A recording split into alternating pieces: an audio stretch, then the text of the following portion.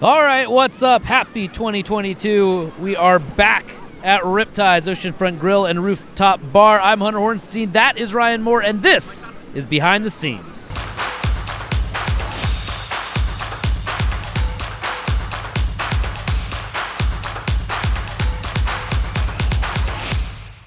All righty, welcome back, folks. Happy New Year, happy 2022.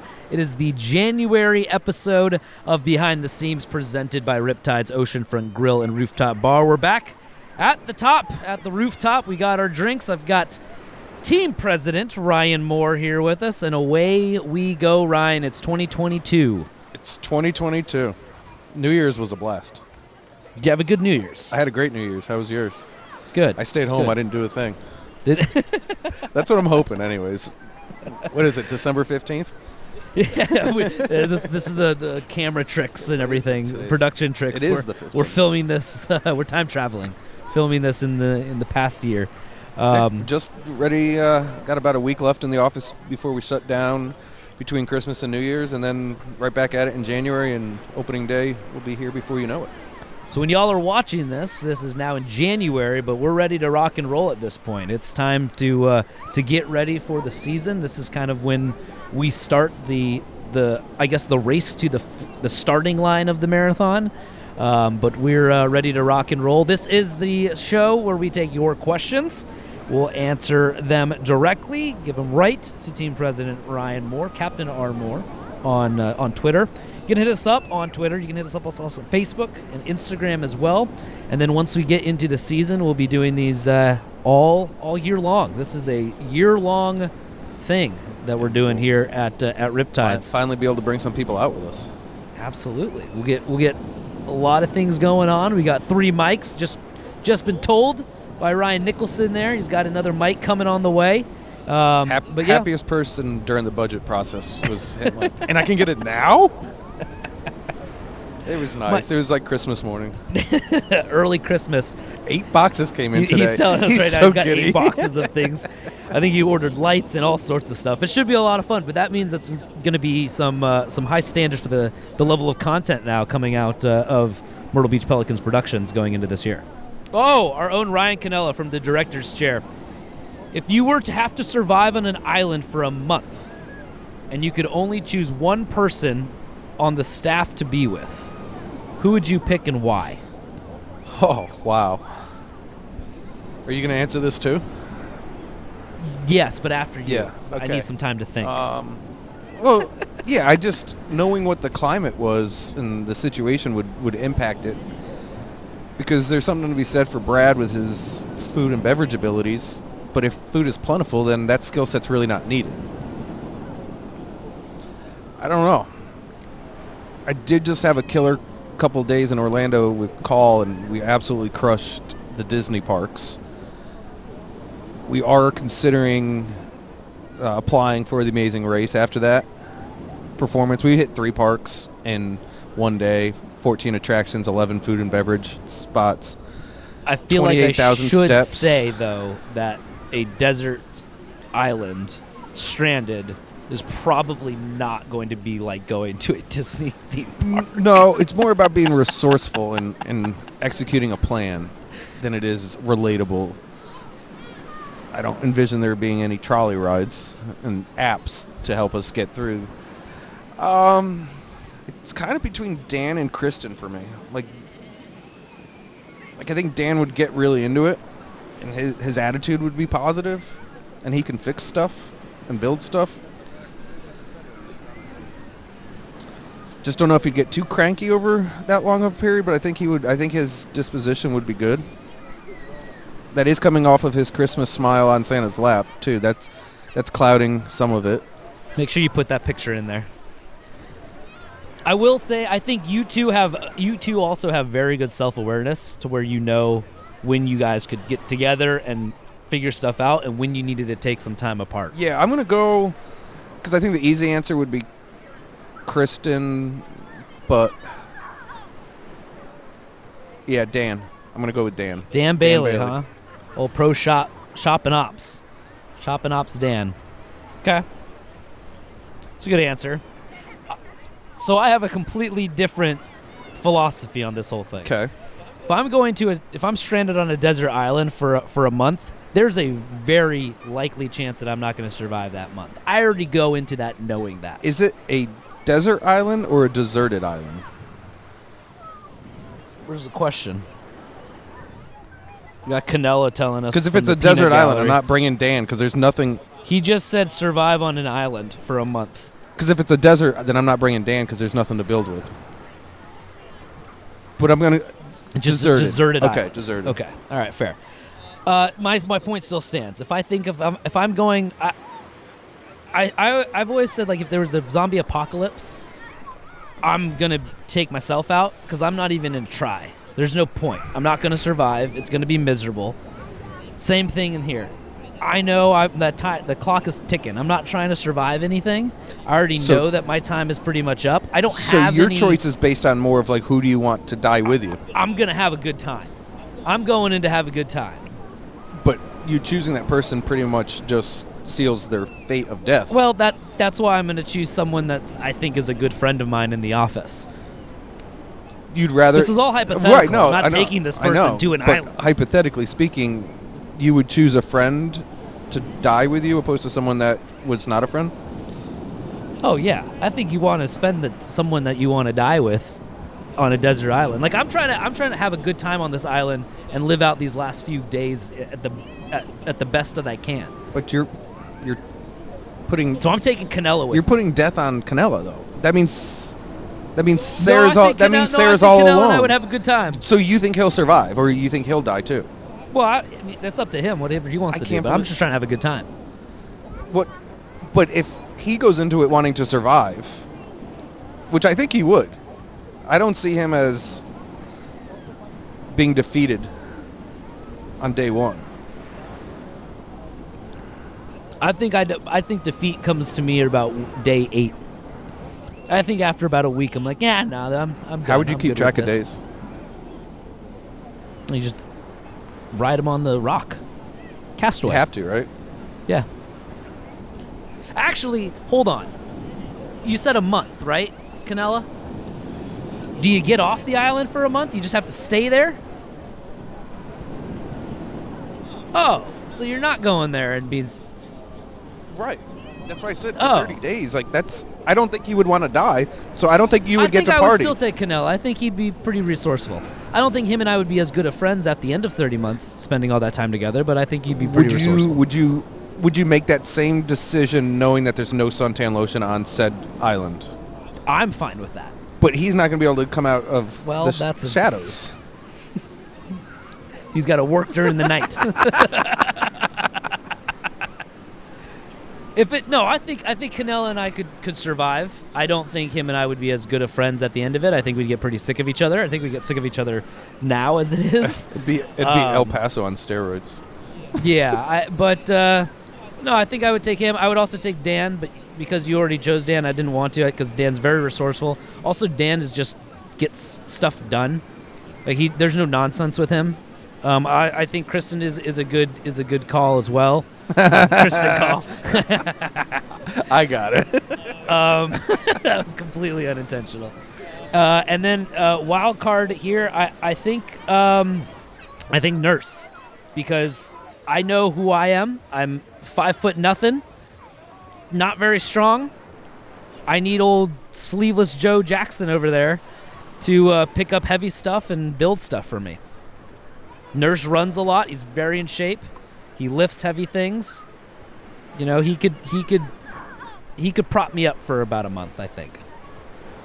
I'd consider Beth.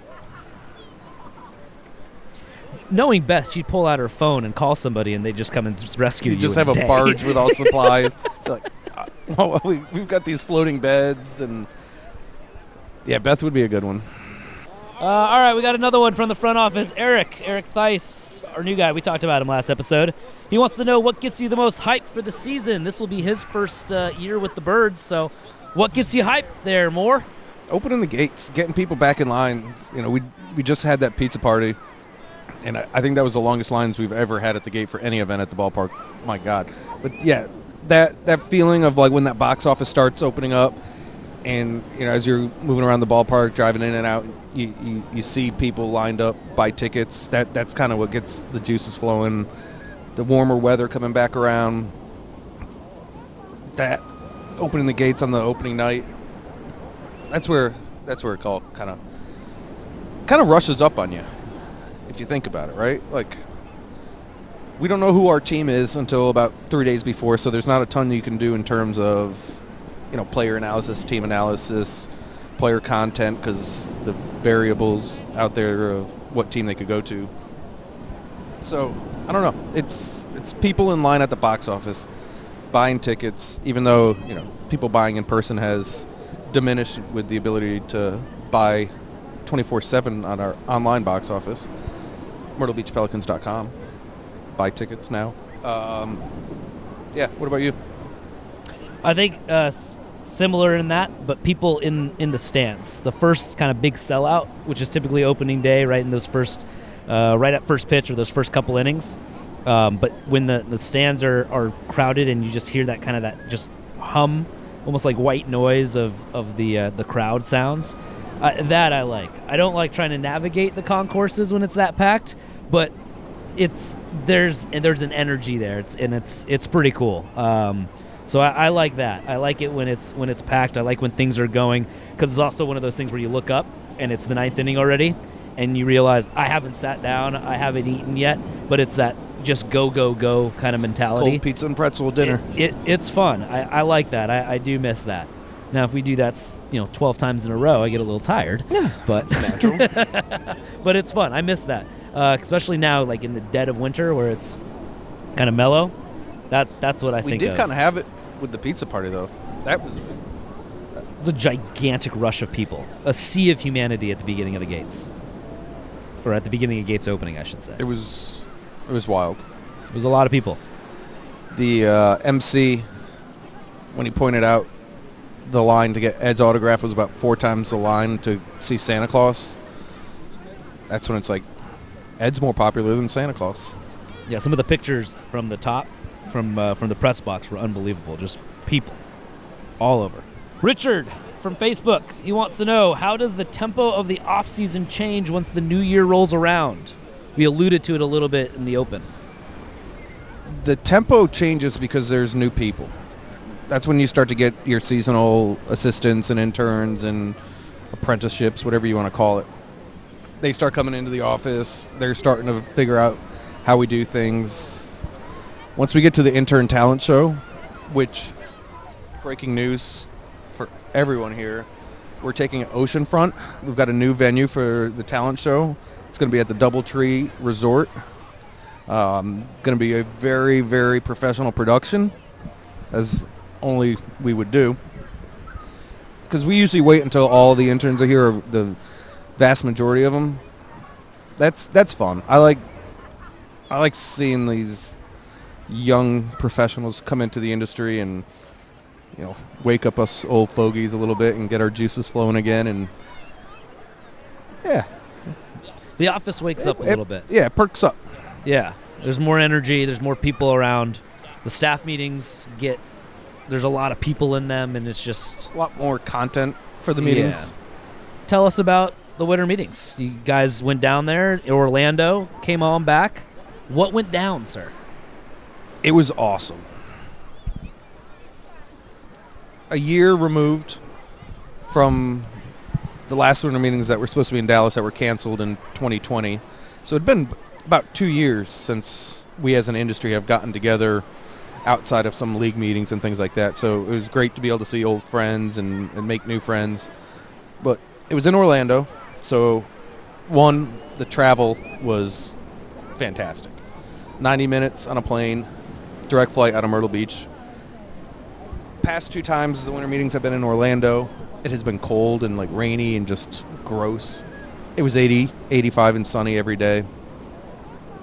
It was a good time. And for the first time in team history, Pelicans have won a golden bobblehead. Okay, so that's a winter meetings recap, but now we've got some more staffing changes, and kind of a big one for someone who rightfully deserves the recognition. Yeah, I don't think there's anyone that deserves the promotion to general manager more than Kristin Call.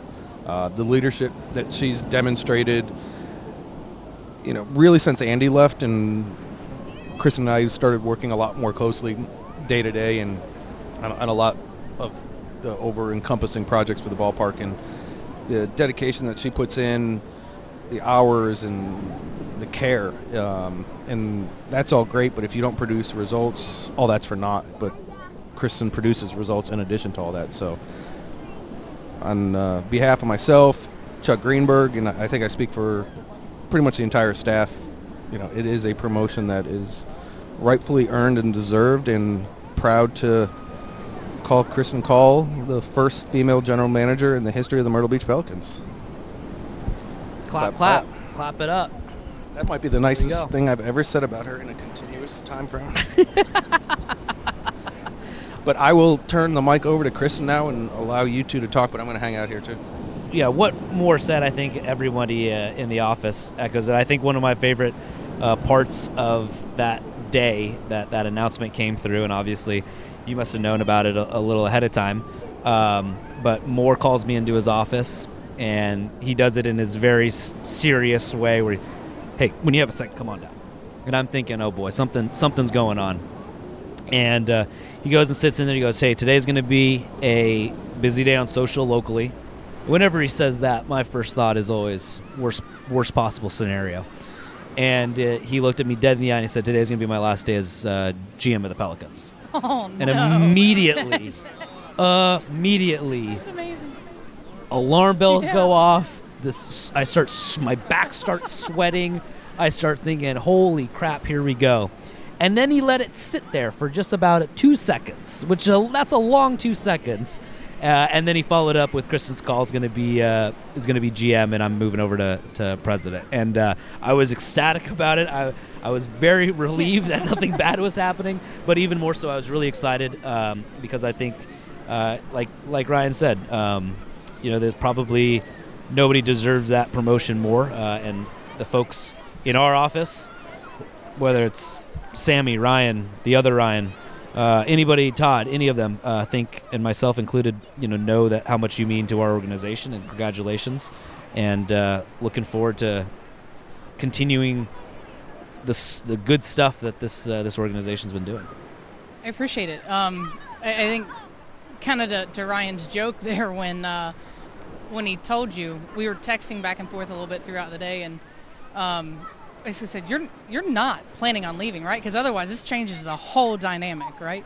But no, it was an overwhelming day, I think. The amount of text messages, phone calls, tweets that came in, and then a few days later, because I was actually not in the office when all this happened, which was kind of weird. That was the other ironic thing. You got this promotion, and nobody was sitting at your desk.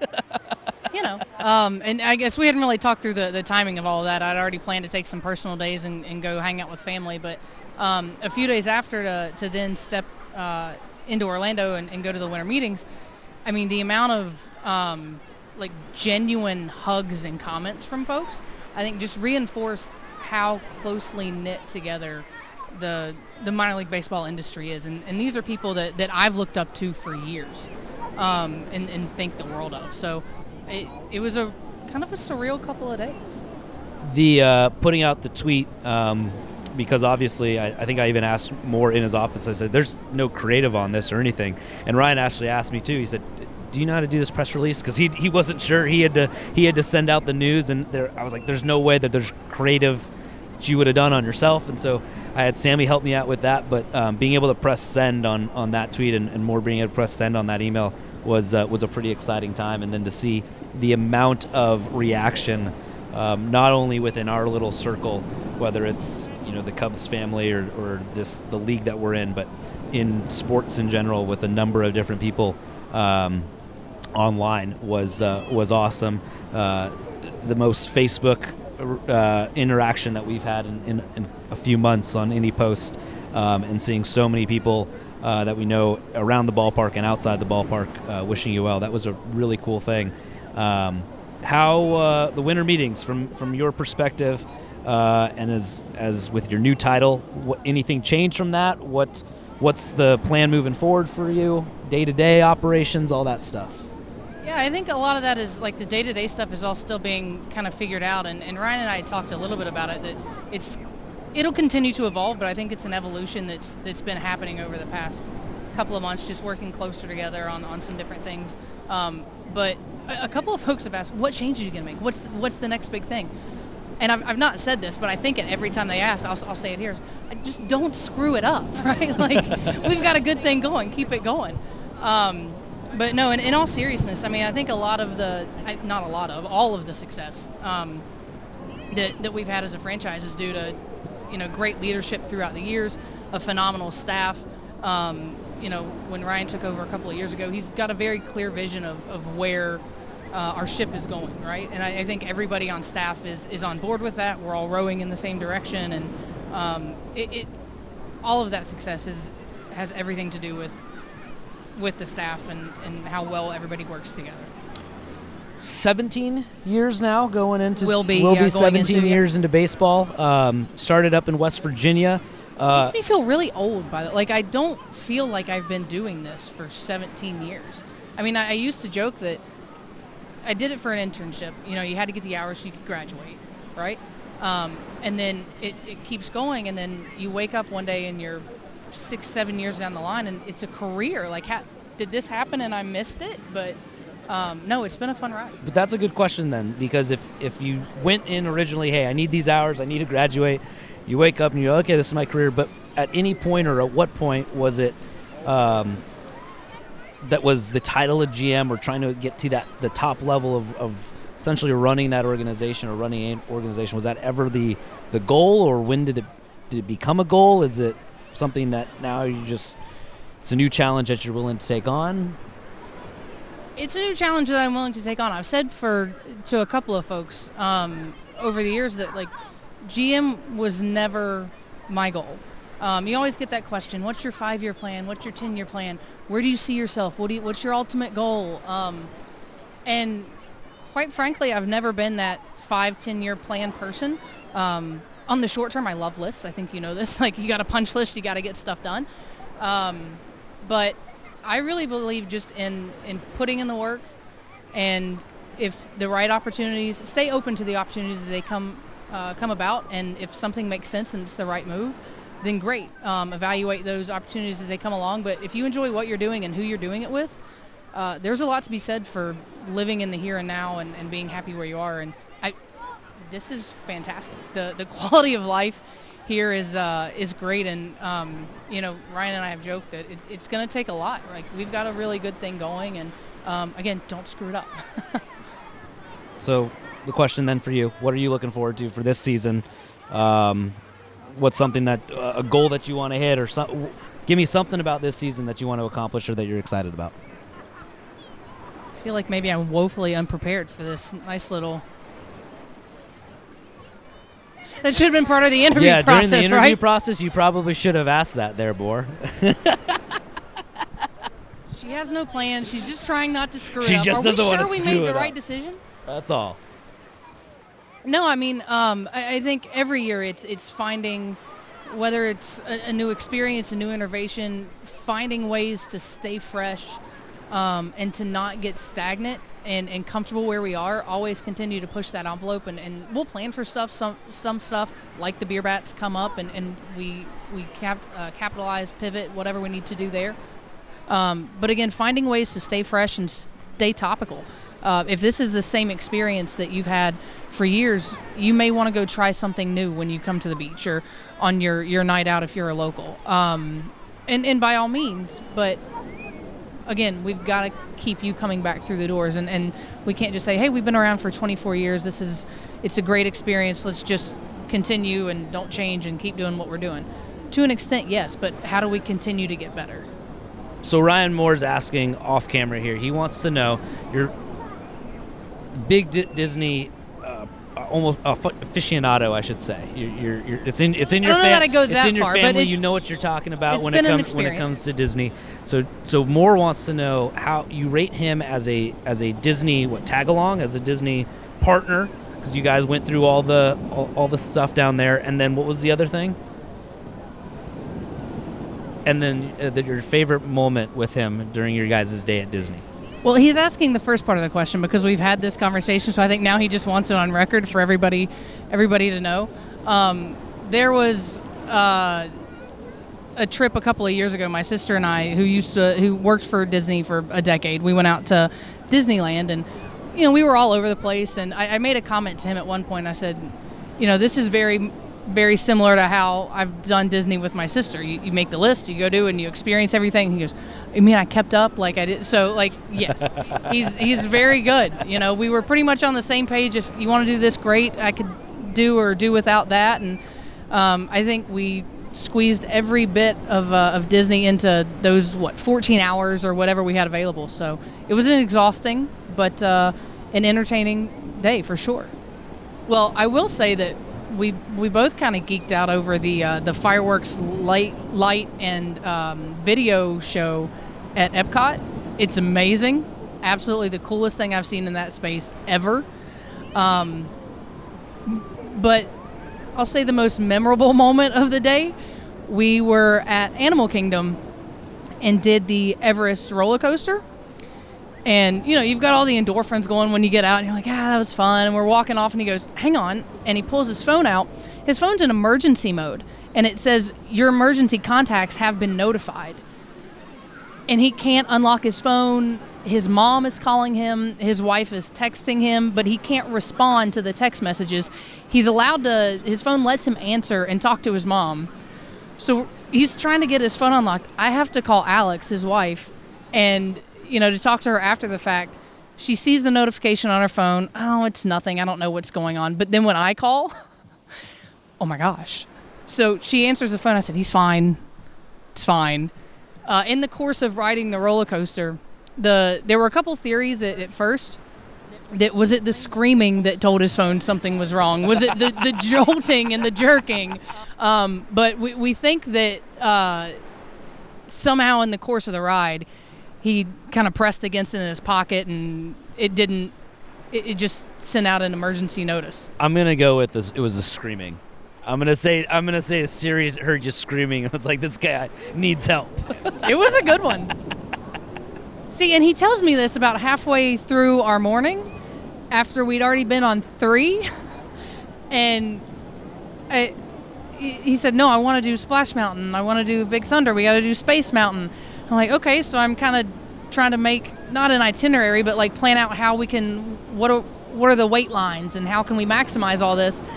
And we get off Space Mountain and he goes, yeah, I'm not really a roller coaster guy. Right there's the spot where I got sick when I was a kid. So, it was a great day. We started high with a lot of the roller coasters and then kind of eased back towards the end of the day and made our way around the world in Epcot and had some food and drink. So 1.5 times, yes. You drank around the world 1.5 times? Oh my gosh. Not every country. Oh, there was an apple pie, something or other, spiced apple pie beverage over at America. Refreshing. There you go. Don't even need it in the wintertime. It'd be a great summertime beverage. No free ads, but the apple pie down in... No free ads, but yeah. Down at Epcot there. Frosted spiced apple pie. Maybe we can get RipTydz to whip something up. Yeah, y'all went around the world and ended up right back in America with the favorite drink. All right, well, Kristin, congratulations again. Looking forward to continuing all the good work that the organization's been doing. All right, for Ryan Moore, for Kristin Call, I'm Hunter Hornstein. This has been Behind the Seams, presented by RipTydz Oceanfront Grill and Rooftop Bar.